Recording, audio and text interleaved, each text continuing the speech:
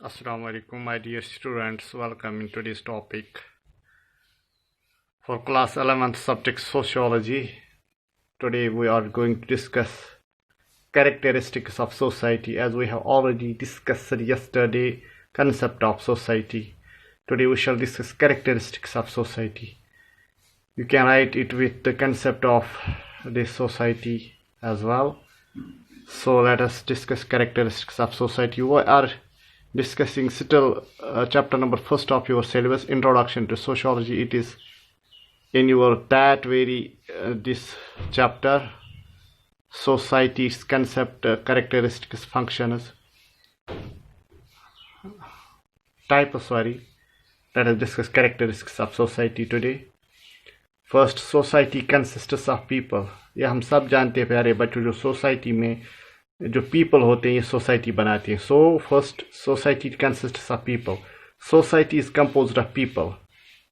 Without people there can be no society, no social relationships, no social life at all. गोया कि ये ज़रूरी है कि पीपल ही, जो लोग हैं, वो सोसाइटी बनाते हैं, वो सोशल रिलेशनशिप्स करते हैं, वो सोशल इंटरेक्शंस करते हैं, वो सोशल लाइफ बनाते हैं. क्वेश्चन, एनिमल्स तो नहीं बनाते हैं, पीपल बनाते हैं. Second, mutual interaction and mutual awareness. Society is a group of people in continuous interaction with one another. Social interactions occur only when people are aware of each other. जो people होते हैं वो आपस में mutual interaction करते हैं, social relationships करते हैं, social life बनाते हैं. उसके बाद वो तभी ये कर पाएंगे जब वो aware होंगे of their own relationships towards the other.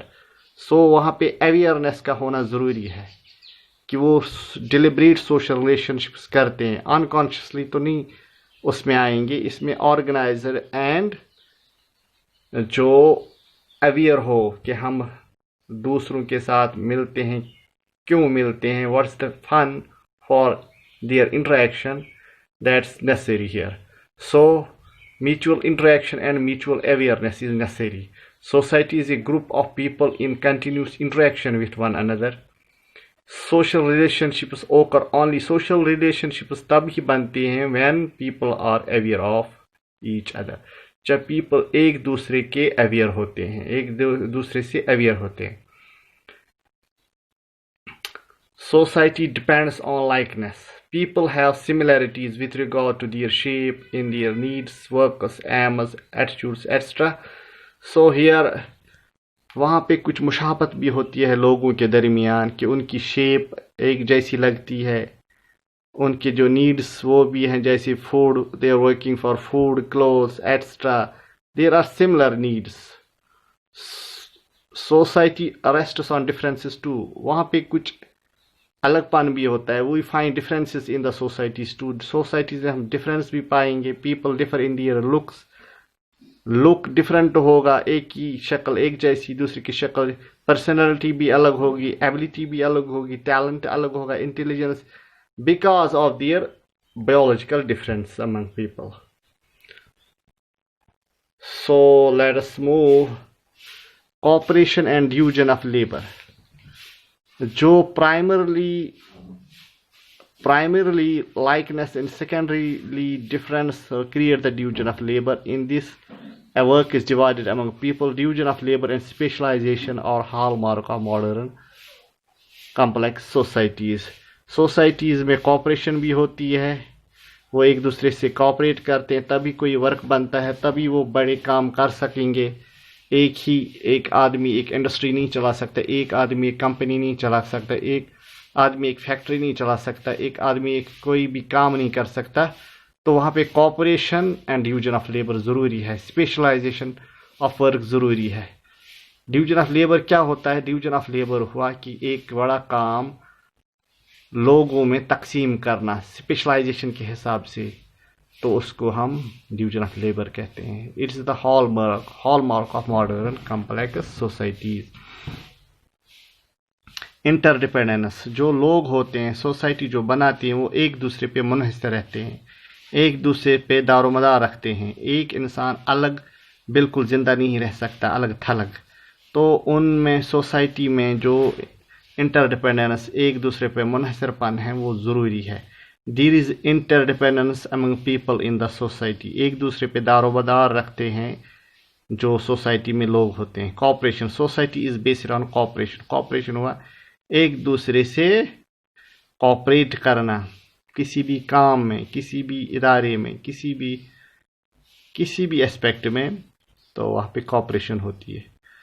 Society is, sorry मैंने यहाँ पे भूल गया हूँ लिखना, society is dynamic, society is dynamic, dynamic means society is changing, society is not static, society एक जगह नहीं रहती, एक जगह उसका ये मकसद नहीं वो एक जगह से दूसरी जगह भागते हैं, वो भी नहीं है। सोसाइटी इज नॉट स्टैटिक, इसका मतलब है कि society is changing in their ways of living, in their attitudes, in their so they transform themselves, so they are changing. It is dynamic. Change is ever present in society. Change आप देख सकते हो, पहले primitive society थी, फिर modern society, pastoral this societies थी पुरानी, अब नई इंडस्ट्रियल सोसाइटीज़ आ गई, नई सोसाइटी, सोसाइटीज़ आर चेंजिंग.